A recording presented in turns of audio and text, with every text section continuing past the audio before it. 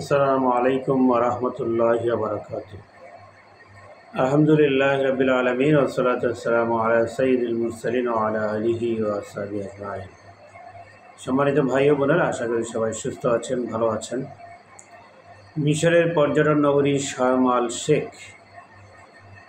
আল শেখে mister Donald ট্রাম্পের বিতর্কের আলোকে অবৈধ রাষ্ট্র ইসরায়েল এবং হামাসের মধ্যে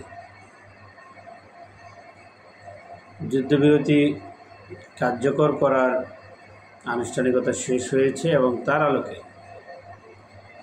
গাজায় যুদ্ধবিরতি কার্যকর করা হয়েছে, যেটা আমরা দেখতে পাচ্ছি। আমি এখানে যদিও হেডিংয়ে দিয়েছি যে ফিলিস্তিনের স্বাধীনতা ঝুলিয়ে দেওয়া হলো। 2023 সালের 7 অক্টোবর হামাস ইসরায়েলে অভিযান পরিচালনার পর 2 বছর পূর্ণতার লগ্নে এই শান্তি চুক্তিটি হলো এবং প্রথম দফার মধ্যে নির্দিষ্ট একটি হলুদ লাইন, অর্থাৎ গাজা ভূখণ্ডের 53% ইসরায়েল নিয়ন্ত্রণ করবে মর্মে বাকি অংশ থেকে তার সৈন্যদের আপাতত সরিয়ে নেওয়া হচ্ছে। 2000 ফিলিস্তিনিকে মুক্তি দেওয়া হবে এবং 21 জন জীবিত জিম্মি ইসরায়েলিকে হামাস মুক্তি দেবে। এর মধ্যে গাজায় ফিলিস্তিনিদের মৌলিক অধিকার সব হরণ করে, যেটাকে ইতিমধ্যে বিরান ভূমিতে পরিণত করা হয়েছে। এই অবস্থায় প্রশ্ন আসছে, যুদ্ধবিরতি কতটুকু কার্যকর হবে? যদিও অব্যাহত গোলাবারুদের মুখে, হত্যাকাণ্ড, গণহত্যার মুখে আপাতত এটি বন্ধ থাকায় গাজাবাসীকে উল্লাস করতে দেখা গেছে। এবং আরেকটি বিষয় হচ্ছে, সেখানে ত্রাণ সামগ্রী আসার ব্যবস্থা হয়েছে, এতে তারা খুশি। বাস্তবিক পক্ষে খুশি হওয়ার কথাই। এখন প্রশ্ন আসছে, আদৌ এই যুদ্ধবিরতি কার্যকর কতটুকু থাকবে, কয়দিন থাকবে? পরবর্তীতে আদৌ ইসরায়েলকে আমেরিকা নিয়ন্ত্রণ করতে পারবে কিনা? এই যুদ্ধবিরতির গ্যারান্টর হিসেবে তুরস্ক, পাশাপাশি কাতার, মিশর, তাদের যে ভূমিকা, সে ভূমিকায় তারা কতটুকু সেখানে পালন করতে পারবে সেটা হয়তো আমরা সামনে বলতে পারব। তবে আপাতত আমরা দেখছি যে হারে ফিলিস্তিনিদের পক্ষে জোয়ার শুরু হয়েছিল, ফিলিস্তিনকে স্বীকৃতি দেওয়া যেভাবে শুরু হয়েছিল, আপাতত সেটি বন্ধ থাকবে। আরেকটি প্রশ্ন থেকে যায় যে হামাস এবং ফাতাহ, এই পরস্পর বিরোধী দুই গ্রুপ, ফিলিস্তিনি দুই গ্রুপের সম্পর্ক নিয়ে আসলে কতটুকু কাজ হবে এবং এটা কতটুকু ফ্রুটফুল হবে, সেটা মধ্যস্থতাকারী দেশগুলোর ভূমিকার উপর হয়তো আমরা সামনে দেখতে পাব। স্বাধীন ফিলিস্তিনের আওয়াজ এখন আপাতত বন্ধ থাকলে সেখানে গাজায় একটি প্রশাসনিক কাঠামো তৈরি করা হচ্ছে, যার চূড়ান্ত নেতৃত্বে থাকবেন মিস্টার ডোনাল্ড ট্রাম্প। তার সাথে থাকবেন মধ্যপ্রাচ্যের চরম এবং বলা যায় বিষধর একটা সর্প মধ্যপ্রাচ্যের জন্য, মিস্টার টনি ব্লেয়ার। এবং যে পরিকল্পনা ফ্রেমওয়ার্ক ইতিমধ্যে ঘোষণা করা হয়েছে, সেখানে আসলে সুনির্দিষ্ট কোনো রূপরেখা নেই।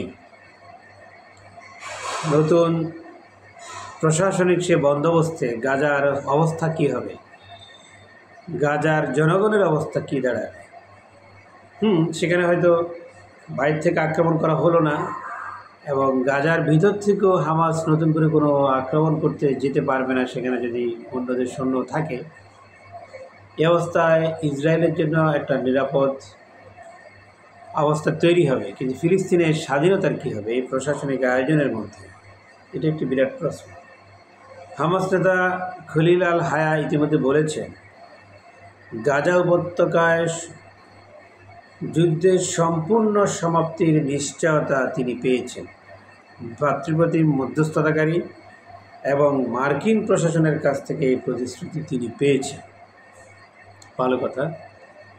এবং এখন থেকে স্বাধীন ফিলিস্তিন রাষ্ট্র গঠনে জাতীয় ও আন্তর্জাতিক বিভিন্ন ইসলামী সংস্থা, দল ও গোষ্ঠীর সাথে হামাস কাজ করবে, এই আশা তিনি ব্যক্ত করেছেন। যদিও এই চুক্তির দ্বিতীয় দফা শুরু হলে এটি কাজ করার সুযোগ কম, যদি দ্বিতীয় দফা বাস্তবায়ন হয়। আর সেখানে স্বাধীনতার প্রশ্ন তো আলোচনাই নেই। তো এটা একটা বিরাট বিষয়। 2025 সালের মার্চের 1 তারিখে সর্বশেষ ইসরায়েলের ক্যালকুলেশন ছিল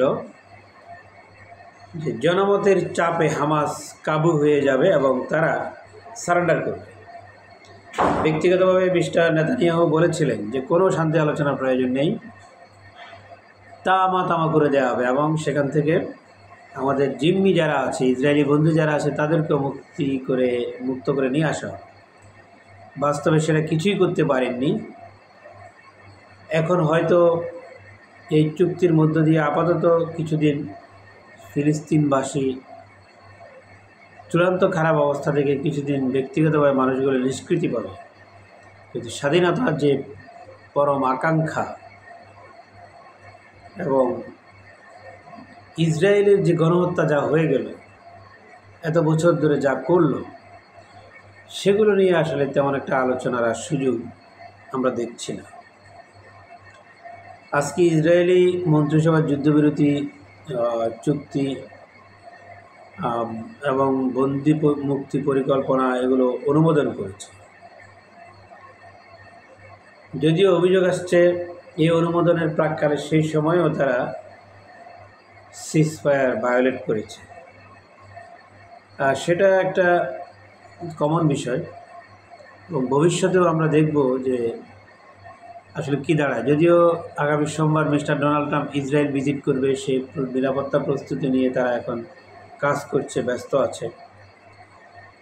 গাজার উত্তর এবং দক্ষিণ অংশ, সাউদার্ন এবং নর্দার্ন পার্ট, মাঝখানে যে কানেক্টিং রোড আছে সেই রোড এখনও ব্লক করা, সেটা ইসরায়েলি বাহিনী ব্লক করে রেখেছে এবং তারা বলেছে এই প্রান্ত থেকে ওই প্রান্তে, ওই প্রান্ত থেকে এই প্রান্তে কেউ যেতে পারবে না। এবং 200 সেনার একটি বহুজাতিক বাহিনী আমেরিকার নেতৃত্বে গাজায় যা পর্যবেক্ষণ করবে যুদ্ধবিরতি কতটুকু কার্যকর হচ্ছে। পরবর্তী ধাপে যেই বিষয়টা আছে, গাজাকে নিরস্ত্রীকরণ করা, হামাসকে নিরস্ত্র করা, গাজার শাসনবান ট্রাম্পের তত্ত্বাবধানে অন্যকে দেওয়া এবং সংস্কার করার পর এটাকে একটা নির্দিষ্ট সময় পর ফিলিস্তিনি অথরিটি, ফিলিস্তিনি কর্তৃপক্ষের হাতে দেয়া হবে এবং এর মধ্যে দ্বিতীয় পর্যায়ে শুরু হলে হামাসকে উৎখাত করা হবে, হামাসকে বিলুপ্ত করে দেওয়া হবে, তারা অস্ত্র সমর্পণ করবে। এরপর নিরাপদে যদি পৃথিবীর কোনো দেশে চলে যেতে চায় সেই সুযোগ তাদেরকে দেয়া হবে। তো এই বিষয়ে আসলে কতটুকু কার্যকর হবে আমরা জানি না। আর হামাসের মধ্যে তাৎপর্যপূর্ণভাবে কোনো পরিবর্তন হয়েছে কিনা সেটা আমরা বিশ্বাস করতে চাই না। ইসরায়েল ইতিমধ্যেই আপনারা জানেন দীর্ঘদিন ধরে আস্তে আস্তে করতে করতে আল আকসায় তারা যে হারে প্রবেশ করে ইহুদিরা, সেখানে প্রার্থনা করা শুরু করেছে এবং কোনো কিছু গোপন না করে আল আকসার নিচে তারা খনন কাজ বহু আগে শুরু করেছে এবং সেখানে থার্ড টেম্পলের ডিজাইন তারা প্রকাশ করেছে এবং তাদের ধর্মীয় কারো বিশ্বাস অনুযায়ী পৃথিবীর রাজা তাদেরকে এই অধিকারটা একসময় দিয়ে যাবে, যেটা তারা ট্রাম্পকে মনে করছে। এবং এবার ট্রাম্পের ইসরায়েল সফরের মধ্য দিয়ে তারা এটা পরিকল্পনা চূড়ান্ত শেষ করতে চায়, যেটি আমেরিকার দূতাবাস জেরুজালেমে স্থানান্তর করার মধ্য দিয়ে ট্রাম্পের গত শাসনামলে শুরু হয়েছিল। এর মধ্যে নতুন করে যাতে ইরানের সাথে আপাতত এই পরিকল্পনা বাস্তবায়নের সময় ডিস্টার্বিং না হয়, ইরানকে ঘুমিয়ে রাখার জন্য মিস্টার পুতিনকে তারা বলেছে, ইসরায়েল বলেছে যে আমরা ইরানের সাথে আর সংঘাত চাই না। মিস্টার পুতিন যাতে এই বার্তাটি ইরানকে পৌঁছে দেন, সেটা যথারীতি তিনি বলেছেন। আমেরিকার তো ইতিমধ্যে কাপড় খুলে গিয়েছিল। আন্তর্জাতিকভাবে স্বীকৃত গণহত্যাকারী অবৈধ একটি রাষ্ট্র ইসরায়েল, এবং তার একক বাবা হচ্ছে আমেরিকা। আমেরিকার উলঙ্গ হয়ে যাওয়ার অবস্থা, এবং এভাবে আসলে কয়দিন টিকে থাকতো? যেভাবে আন্তর্জাতিক সম্প্রদায়গুলো ফিলিস্তিনের স্বাধীনতার পক্ষ নিয়ে কথা বলছিল, সে জায়গায় কিছুটা সময় বের করে নিলেন। আমেরিকার প্রেস্টিজ কিছুটা তারা ঝালাই করার সুযোগ পেলেন। যদিও বলা হচ্ছে ট্রাম্প নোবেল পুরস্কার পাওয়ার জন্য অনেক কিছু করেছেন, নোবেল তো দিয়ে দেওয়া হলো ভেনেজুয়েলার বিরোধী নেতা মারিয়া করিনাকে। যদিও সেখানেও আমেরিকার স্বার্থই আছে, ভেনেজুয়েলার বিরোধী নেতাকে দেওয়া হয়েছে, এটাও আমেরিকার প্ল্যানের বাইরে হয়নি। সুতরাং যারা খুশি হচ্ছেন যে ট্রাম্প পায়নি, ভেনেজুয়েলার একজন নেতা পেয়েছেন, ব্যাপারটা আসলে সেটা নয়। তো হামাস যদি কিছু অস্ত্র ছাড়ে, কিন্তু একটা সংগঠন নিজেকে নিজে ডিজলভ করে দিবে, শেষ করে দিবে, অস্ত্র ছেড়ে দিবে পুরোপুরি, বিষয়টা এভাবে আসলে মেলানো আমার পক্ষে কঠিন। এভাবে আমার মনে হয় না এভাবে মিলে যাবে। তো ফলশ্রুতি কী হবে? ইসরায়েল হয়তো নতুন করে গণহত্যা শুরু করার লজিক খুঁজে পাবে। ইতিমধ্যে যা করেছে এটার মধ্যে চাপা দিয়ে নতুন করে গণহত্যার একটা লজিক হয়তো তারা খুঁজে বের করবে। অথচ ইতিমধ্যে হামাস কিন্তু গাজাবাসীর মন জয় করে ফেলেছে। এত কিছুর পরেও গাজাবাসী কিন্তু মনে করে গাজার আভ্যন্তরীণ নিরাপত্তা নিশ্চিত করার জন্য হামাসকেই দরকার। কারণ ইসরায়েল ইতিমধ্যে কিছু প্রক্সি ঢুকিয়ে দিয়েছে, কিছু সংঘবদ্ধ গ্যাংকে ঢুকিয়ে দিয়েছে অস্ত্র দিয়ে। তারা গাজার ভিতরে লুটপাট অনেক কিছু শুরু করেছে। এই জন্য হামাসকে সেখানে আসলেই প্রয়োজন। আভ্যন্তরীণ নিরাপত্তা হামাসকে ছাড়া সম্ভব নয়, এটা গাজার জনগণ মনে করে। আর অন্যদিকে ইসরায়েলকে তার জায়ানবাদী আগ্রাসী অবস্থা থেকে কয়দিন আমেরিকা বন্ধ করে রাখবে, সেটা আগামী সময়ে কথা বলবে। তবে ফিলিস্তিনের জনগণের আকাশ ছোঁয়া স্বাধীনতার স্বপ্ন, এটা কোনো মার পেছে হারিয়ে যাক, এটা আমরা কোনোভাবেই মানতে চাই না। আমরা চাই যে জাতি বিগত 70 বছরেরও বেশি সময় ধরে রক্ত দিয়ে যাচ্ছে, জীবন দিয়ে যাচ্ছে, লাশের পাহাড় দিয়ে তারা বিপর্যয় ঠেকানোর চেষ্টা করছে, তাদের এই আকাশ ছোঁয়া স্বপ্নকে কোনো সাম্রাজ্যবাদী শক্তি ঠেকিয়ে দিতে পারবে না, ইনশাআল্লাহ।